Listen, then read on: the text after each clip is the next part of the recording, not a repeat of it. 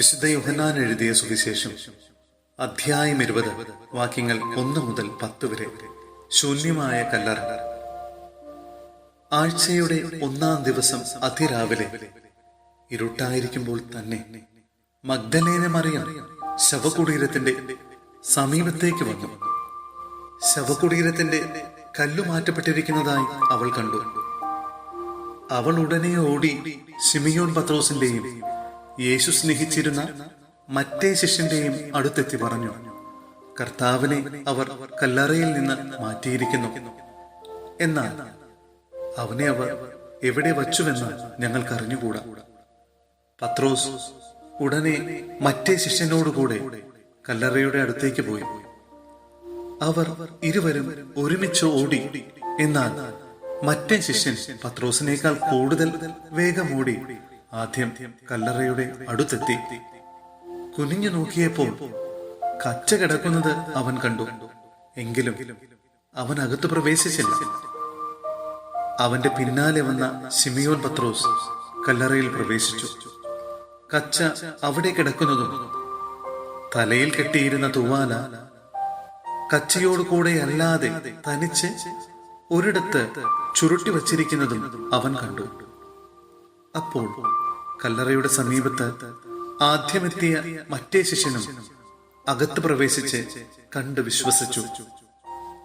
അവൻ മരിച്ചവരിൽ നിന്ന് ഉയർത്തെഴുന്നേൽക്കേണ്ടിയിരിക്കുന്നു എന്ന തിരുവെഴുത്ത് അവർ അതുവരെ മനസ്സിലാക്കിയിരുന്നില്ല. അനന്തരം ശിഷ്യന്മാർ മടങ്ങിപ്പോയി. സഹോദരരെ, അപ്പസ്തോല പ്രവർത്തനങ്ങളിൽ നിന്നുള്ള വായന അധ്യായം 2 വാക്യങ്ങൾ 22 മുതൽ 28 വരെ. പത്രോസിന്റെ പ്രസംഗം.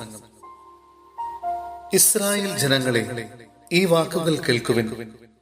നിങ്ങൾക്കറിയാവുന്നതുപോലെ ദൈവം നസറായനായ യേശുവിനെ താൻ അവൻ വഴി നിങ്ങളുടെ ഇടയിൽ പ്രവർത്തിച്ച മഹത്തായ കാര്യങ്ങൾ കൊണ്ടും തന്റെ അത്ഭുത കൃത്യങ്ങളും അടയാളങ്ങളും കൊണ്ടും നിങ്ങൾക്ക് സാക്ഷ്യപ്പെടുത്തി തന്നു.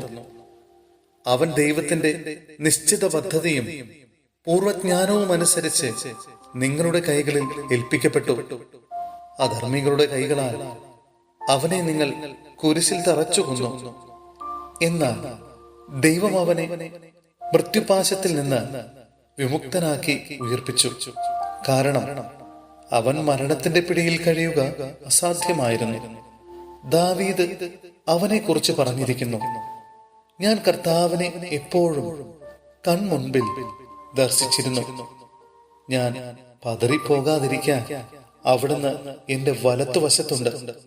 എന്റെ ഹൃദയം സന്തോഷിച്ചു, എന്റെ നാവ് സ്തോത്രം ആലപിച്ചു. എന്റെ ശരീരം പ്രത്യാശയിൽ നിവസിക്കും.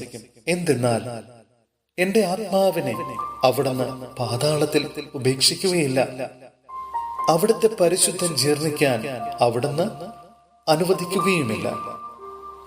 ജീവന്റെ വഴികൾ അവിടുന്ന് എനിക്ക് കാണിച്ചു തന്നു. തന്റെ സാന്നിധ്യത്താൽ അവിടുന്ന് എന്നെ സന്തോഷഭരിതനാകും.